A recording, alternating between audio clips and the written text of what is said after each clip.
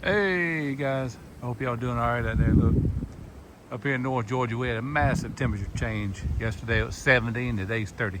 And so anyway, I got a lot of requests about this Dipole. So this is how I got it set up. You got two 4-foot FireStiks. Okay. What I've noticed, this is the drive element right here. You got a little adjustment there. Let's see if I can. The drive elements got a little adjustment right there on the end of it. Set your SWRs. I suggest getting them with the SWR adjustment. It's on a wooden pole, because look, I got this little aluminum pole here. If you put it on there, it's gonna mess with your SWR. So you can see I took some wood screws, drilled a hole, and this is just a stick that goes on a brush. Okay, so I attached it to that. I got RG8X cable coming out. Okay, so pretty simple, straightforward. This pole here is a 24-foot pole we got from Home Depot. And then I got me a 2-inch PVC pipe. It's about 2 foot long. I drove half of it in the ground, stuck this in, stuck this piece of wood in there to keep it nice and tight. So, and of course, got this little ferrite ring set up here. I got about 4 or 5 coils on there, and also got another snap coil on there also. Keep all that noise off the radio. I did slide it down now. I mean, normally this thing will be probably at least 30 foot in the air. So it needs to be at least 18 feet minimum, which I could raise this up higher than that. This thing can, the pole itself is 24 feet. Plus this 2 foot, might as well say a 2 foot above that wooden. So, you can get on up there 26 feet. And if you was camping, you can maybe attach it to your ladder rack or whatever instead of on the ground. Anyway, I'll show you the part numbers. All right, this is the part number I bought off Amazon right here. This is it. Mini dipole adapter mount. Okay, you can look these up on Amazon. Like I said, there's a part number. They had several on Amazon, pretty straightforward, come in a box. Nice and labeled. And I bought 2 of these. These are the FireStiks.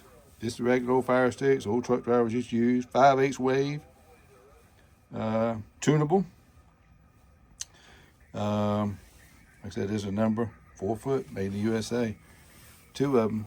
They've been around for years, these FireStiks. So got them on Amazon, screwed them on, put them on this, put this on a wooden or fiberglass pole.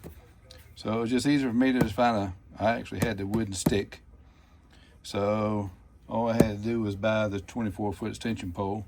You don't have to be 24 feet. You can do it different ways, I guess, but I just put it at 24 feet just in case, you're out camping, wherever, got your RV, you can shimmy it up on your ladder rack, throw you some, some kind of Velcro strap around there. And it is omnidirectional, so, it's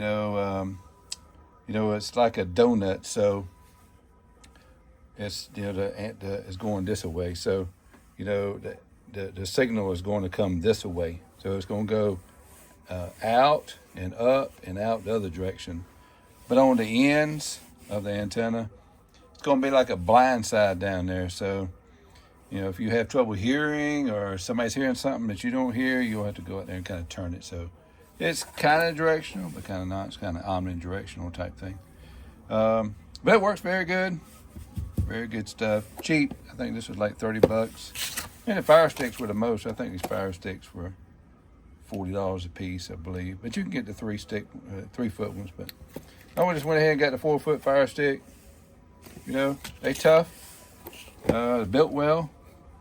But what I did notice, and I will tell you, on the end of the drive FireStik, the drive element, it's got like a cap. Looks like, let me see. Looks like nice, pretty red cap. Looks like this. Goes on the end. I guess keeps the water out. When I put this back on, after I got the SWRs perfect, I put this back on. It messes with the SWRs. the SWRs go back up a little bit, so I just left the cap off of the drive element. So you do the drive element. Once you adjust the drive element, it's real crucial that both of these elements are pretty close to the same length. So what I found out was on the SWR side, on the non-drive element, just go ahead and turn that brass adjustment to the same length you got the other one. And the SWRs are going to be great. In fact, let's see what we got here. I'll show you here on this Intellitron. I kind of like these Intellitron, man. They kind of tell you, you know, if the SWRs are out and, you know, whatever. But look, there's the Intellitron. I'm going to go ahead and put it on back on AM. It's on that dipole right there. 1-to-1. 1-to-1 right there. So let's check it up here on 505. Let's see what it is.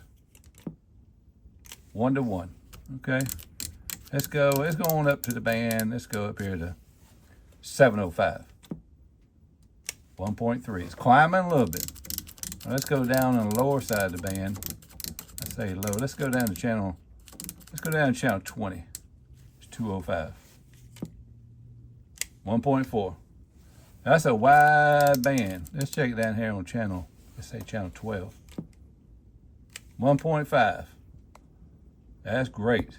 I mean, it has a wide spread of SWRs. I mean, it's just great. You can talk on it anywhere. So, really and truly, man, you can't go wrong on the dipole. Now, that's not going to be a 4-element beam or anything like that, but it's omnidirectional. So, it's good for mobile. If you want to take your radio, take it camping with you, throw it out on a picnic table or whatever, battery backup, whatever you have, and just throw it out on a picnic table and throw your dipole up there, and it's easy. And hit some DX, you know, hit some DX way out there. It's easy to break down. Like I said, you know, it's just 2 4-foot FireStiks. Just unscrew them, you know, collapse your pole, throw it in the back of your truck, take off. Like I said, I got a 100-foot RG8X cable. And you saw I had it wrapped around that ferrite ring to keep the, you know, all the RF down. But it's perfect. I mean, when I first put this together, these FireStiks, you know, they were 1.5, 1.6. And I just kept messing with them a little bit until I got the SWRs where they are today. So, I mean, like I said, you go over here to channel 40, 1-to-1. You can't beat it. That's great. All right, guys, I hope that answers some of your questions. I had a bunch of people ask me about that, and they was kind of wondering, you know, how it works and how good it is. And man, you can talk the talk now. I will tell you how your radiation pattern comes off of this thing. It comes off from the center of where the two antennas are connected.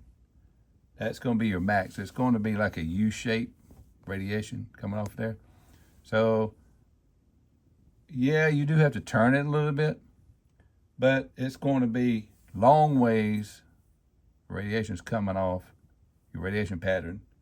Right where the two FireStiks come together, straight up, straight out on both sides is where your maximum radiation, so your radiance. So, you know, if you want to talk, you hear somebody from the north, just spin it around to the north. Even though your signal's going, you know, behind you, up and out, but, you know, your signal is going to be concentrated more that direction. You kind of get the hang of it. It ain't really nothing to it. All right, guys, man, like, subscribe, and follow us.